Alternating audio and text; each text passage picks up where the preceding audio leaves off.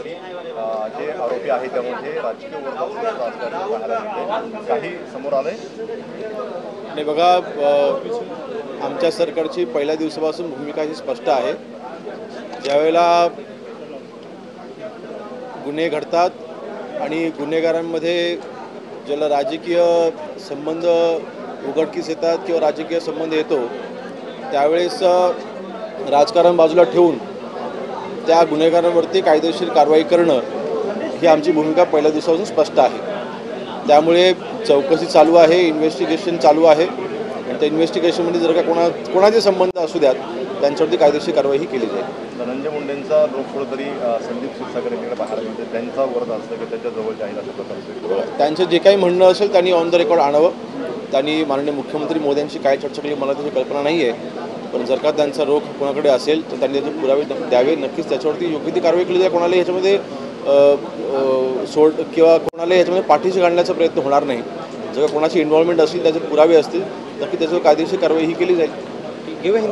भास्कर जाधव काही दिवसांपासून नाराज करायची चर्चा सुरू आहे. तुमचा काही संपर्क कोणाच्या संपर्कात काय आहे? माझं तरी स्पष्ट मत आहे, विरोधी पक्ष नेतेपद विधिमंडळामध्ये सध्या रिकामं आहे, वेकेंट आहे. नियमानुसार कायद्यानुसार देता येतं की नाही देता येत माननीय अध्यक्ष मोदी ठरवतील. परंतु जनरल प्रॅक्टिस असते, असा एक प्रयत्न असतो विरोधकांकडनं की ते पद मिळवून घ्यावं.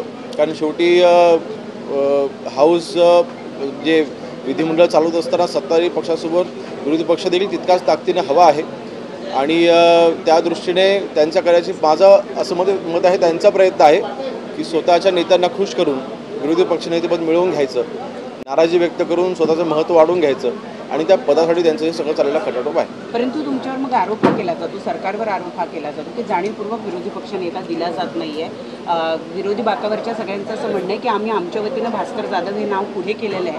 असं असताना सरकार जाणीवपूर्वक वेळकाढूपणा करते. अधिवेशनाच्या मागे अधिवेशन होत आहेत पण विरोधी पक्ष नेता मात्र मिळत नाही राज्यात. विरोधी पक्ष नेता विधिमंडळामध्ये असणं की नसणं ते नियमामध्ये बसत आहे की नाही बसत आहे हा संपूर्ण निर्णय, हा संपूर्ण अधिकार माननीय अध्यक्ष महोदयांचा आहे. याच्यामध्ये सरकारचा कुठलाही रोल नसतो. ती निवडणूक अध्यक्ष महोदय डिक्लेअर करतात आणि नियमानुसार जर का आकडे असतील तर ते करते किंवा जे काही विधिमंडळाची जी नियमावली आहे त्या नियमानुसार माननीय अध्यक्ष महोदय निर्णय घेतील. त्याच्यामध्ये सरकारचा कुठलाही हस्तक्षेप नसतो. जयंत पाटील यांनी काल एक यावर लेख लिहिलेला आहे आणि त्या लेखामध्ये त्यांनी आत्तापर्यंत म्हणजे जेव्हापासून विधान भवन सुरू झालेले अगदी तेव्हापासून आत्तापर्यंत कमी आमदार असताना सुद्धा कशा पद्धतीने विरोधी पक्षनेतापद दिलं गेलं आहे याची आकडेवारीच मांडलेली आहे. तसा इतिहासच त्यांनी दाखवून दिला आहे. त्या विरोधी पक्षाने या बाबतीमध्ये माननीय अध्यक्ष महोदयांशी चर्चा करावी आणि जे काही ह्या अगोदर ज्या घटना घडल्या होत्या या अगोदर कमी संख्येमध्ये देखील विरोधी पक्षनेता दिला गेला होता हे त्यांचं जे म्हणणं त्यांनी अध्यक्ष महोदयांकडे मांडावं आणि त्यांनी त्यांची मंथणी करून किंवा त्यांनी त्यांची समज घालून ते निवडणूक लावून घ्यावी किंवा आमच्या त्याला विरोध नसेल. विशेष जनसुरक्षा अधिनियम सर, शेफाली जरीवाला प्रकरणी काही रिपोर्ट्स पेंडिंग होत्या पीएमच्या, नेमका आतापर्यंत काय पोलिसांच्या हाती लागतो? नाही बघा, या बाबतीमध्ये मी पहिल्या दिवशी सांगितलं होतं की फाऊल प्लेची जर का कोणी तक्रार केलेली असेल, असं कोणी पुढे आलेलं असेल तर त्या बाबतीमध्ये त्या दृष्टीने चौकशी करण्यात येईल. कुठलीही ज्यावेळेला घटना घडते त्यावेळेस पीएमच्या रिपोर्टवरती आपण डिपेंड असतो. जर का पीएमचे रिपोर्ट जर का क्लिअर जर का आले, त्यांचे रिपोर्ट आता हातामध्ये येऊ द्या, ते जर का क्लिअर असतील तर कुठेही फाऊल प्लेचा जर का चान्स नसेल तर कुठे प्रश्न उद्भवत नाही. कुठे जरी आम्हाला नक्कीच पीएमच्या रिपोर्टवर जर का शंका वाटली तर नक्कीच त्या दृष्टीने आमचं इन्व्हेस्टिगेशन झालं आणि त्याच्यावरती योग्य ती कारवाई जनसुरक्षा विधेयक कधी दुकानदाराला मारहाण केल्याची घटना घडली याबद्दल काय म्हणा? नाही बघा, माझी आता विविध राजकीय पक्ष मराठी हिंदी हा विषय गेल्या काही महिन्यांपासून उचलते. विशेषतः येणाऱ्या महानगरपालिकांच्या निवडणुकीच्या तोंडावरती आता काही जणांना तिथे मराठी भाषेचा अभिमान अचानक तिथे जागा झालेला आहे.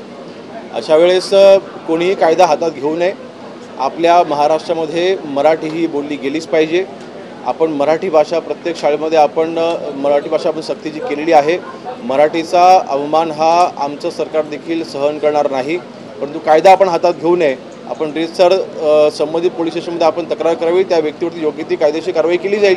हिंदी भाषेवरून राजकारण सुरू आहे, मात्र विद्यार्थ्यांचे प्रश्न आजही असे तसेच पाहायला मिळतात. पालघरमध्ये काही विद्यार्थ्यांना नदी नाले क्रॉस करून खरं तर शाळेपर्यंत पोहोचावं लागतंय. आता फ्लो वाढला असल्यामुळे त्यांच्या जीवाला सुद्धा धोका आहे.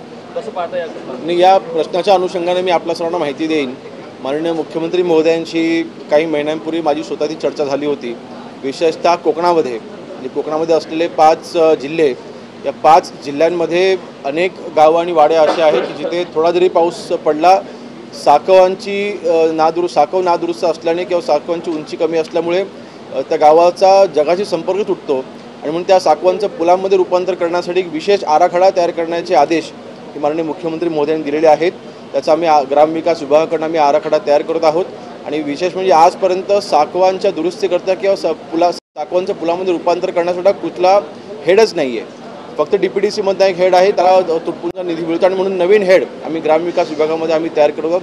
माननीय मुख्यमंत्री महोदयांच्या निर्देशाने पुढच्या 15 ते 20 दिवसामध्ये हा आमचा आराखडा तयार होईल. आम्ही तो माननीय मुख्यमंत्री महोदयांकडे सादर करू. आणि हा जो प्रश्न उद्भवतो, हा प्रश्न कायमस्वरूपी निकाली काढण्यासाठी आम्ही हे काम करतो. कालावधीमध्ये आम्ही आमच्या कक्षा रुंदावणार आहोत, महाराष्ट्राच्या बाहेर सुद्धा कक्षा रुंदावणार आहोत. नेमकं तुम्हाला काय म्हणायचं आहे पक्षाच्या बाबतीमध्ये? पक्षाच्या बघा, आमची भूमिका स्पष्ट आहे. माननीय इतर राज्यात निवडणुका वगैरे लढण्याचा आपला काही मानस आहे का? नाही, आज बघा, तो निर्णय माननीय एकनाथ शिंदे साहेब घेतील. ते संपूर्ण अधिकार आम्ही माननीय एकनाथ शिंदे साहेबांना मुख्यमंत्री म्हणून दिलेले आहेत. परंतु आमची भूमिका स्पष्ट आहे. जसं प्रत्येक पक्षाच्या कार्यकर्त्याला वाटतं की आपला पक्ष वाढला पाहिजे, तसं आम्हालाही वाटतं की आमचा पक्ष वाढला पाहिजे. आज आमचा पक्ष हिंदुत्ववादी पक्ष आहे. आज वंदनीय हिंदुत्व सम्राट बाळासाहेब ठाकरे यांनी पक्षाची स्थापना करत असताना मराठी माणसाला न्याय मिळवून देण्याकरता हे पक्षाची स्थापना केलेली आहे. तर जगामध्ये कुठेही मराठी माणूस असू द्या, त्याला अभिमान आहे की शिवसेना पक्ष आज अस्तित्वामध्ये शिंदे साहेबांच्या सोबत आहे. अशा वेळेस जर का कुठे संधी असेल, नक्कीच आम्ही ती निवडणूक लढवू. पुढचं अधिवेशन जे आहे ते दिल्लीमध्ये घेण्याचा विचार आहे. त्यामुळे देशभरामध्ये शिवसेना पोहोचवण्याचा राष्ट्रीय हे जे अशी एक मागणी झाली. बघा, आज आम्ही गुजरातमध्ये निवडणुका लढवलेल्या आहेत. राजस्थानमध्ये शिवसेनेचं अस्तित्व आहे. अन्यही काही राज्य आहेत ज्या ठिकाणी शिवसेनेचे कार्यकर्ते कार्यरत आहेत. असं नाही की शिवसेना फक्त महाराष्ट्र राज्यामध्ये आहे, अन्य राज्यामध्ये देखील शिवसेना अस्तित्वामध्ये आहेत ना. आम्ही निवडणुका लढवलेल्या आहेत या अगोदर. आणि ज्यावेळेस माननीय एकनाथ शिंदे साहेबांनी उठाव केला, ज्यावेळेला शिवसेना पक्ष चे संपूर्ण अधिकार माननीय एकनाथ शिंदे साहेबांना मिळाले, त्यावेळेस अन्य राज्यांमधल्या जे प्रमुख होते त्या सगळ्यांनी देखील शिंदे साहेबांना पाठिंबा दिला ना. मग अशा वेळेस अन्य राज्यांमधील देखील जी काही शिवसेना आहे ती अजून बळकट केली पाहिजे, याबद्दल कोणाचं दुमत असेल. उद्धव ठाकरे एकत्र येण्याची शक्यता आहे. तुम्ही राज ठाकरेंना पत्र लिहिलं होतं आणि त्यामध्ये उद्धव ठाकरेंबद्दल तुम्ही लिहिलं होतं. काय वाटतं नेमकं, जर का ते दोघं एकत्र आले तर पालिका निवडणुकीचा काय परिणाम होईल का? महायुतीला बघा, एका मोर्चाकरता एकत्र येणं, तो पण पक्षविरहित हा मोर्चा आहे. माझं तरी स्पष्ट वैयक्तिक मत आहे, माननीय राजसाहेब ठाकरे उद्धवजींसोबत जायचा निर्णय घेणार नाहीत. उद्धवजींसोबत जाणं म्हणजे स्वतःचं अस्तित्व संपवणं. उद्धवजींसोबत जाणं म्हणजे ती व्यक्ती सर्वात जास्त त्या व्यक्तीला जवळ ना कोणी ओळखत असेल तर माननीय राजसाहेब ठाकरे ओळखतात. आणि म्हणून मला वाटतं त्यांच्यासोबत जाणार नाहीत. योगेश जी, हिंदी बताइए, जन सुरक्षा कानून बिल लेकर आने वाले हैं इस सत्र में, इसको लेके विरोध करे उद्धव ठाकरे जी ने कहा है कि हम इसका विरोध करेंगे. ये कानून क्या है, क्यों लेके आ रहे हैं, उसका ड्राफ्ट या बेसिक चीज़ें बताइए जरा इस कानून के बारे में. देखिए, माननीय उद्धव जी ने तो कांग्रेस की विचारधारा स्वीकार ली है. वो अभी बाला साहब के विचार से नहीं चलते हैं, वो अभी कांग्रेस के विचार से चलते हैं. और मेरे ख्याल से जब भी ऐसे कायदे जो देश को और भी सुरक्षित करने के लिए कायदे ऐसे बनाए गए हैं, अगर वो पारित होते हैं तो उस पर गलत क्या है. तो मेरे ख्याल से डिटेल में इन्फॉर्मेशन ऑनरेबल CM सर आप सभी को देंगे. लेकिन अभी ये बिल इस सेशन में आएगा नहीं आएगा, ये हमारे सीनियर लीडर जो है वो डिसाइड करेंगे. लेकिन उद्धव जी की नीति पिछले 2-2.5 साल में जो रही है वो कांग्रेस की विचारधारा उन्होंने स्वीकारी है. तो उनका इस बिल को विरोध होगा ये तो हम अज्यूम करके चल रहे हैं.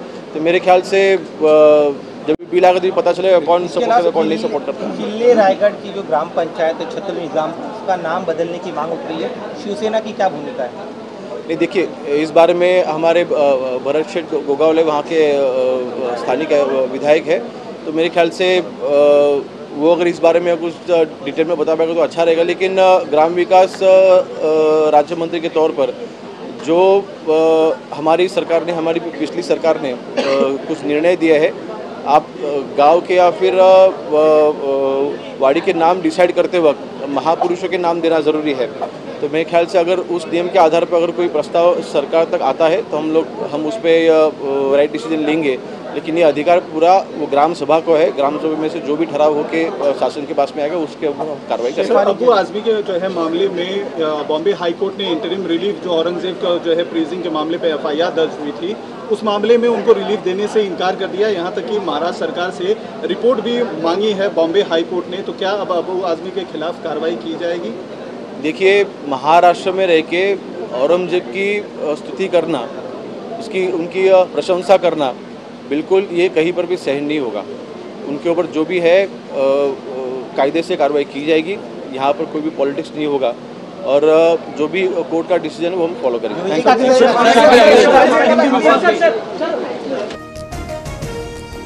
मी पदाला नाही तर कामाला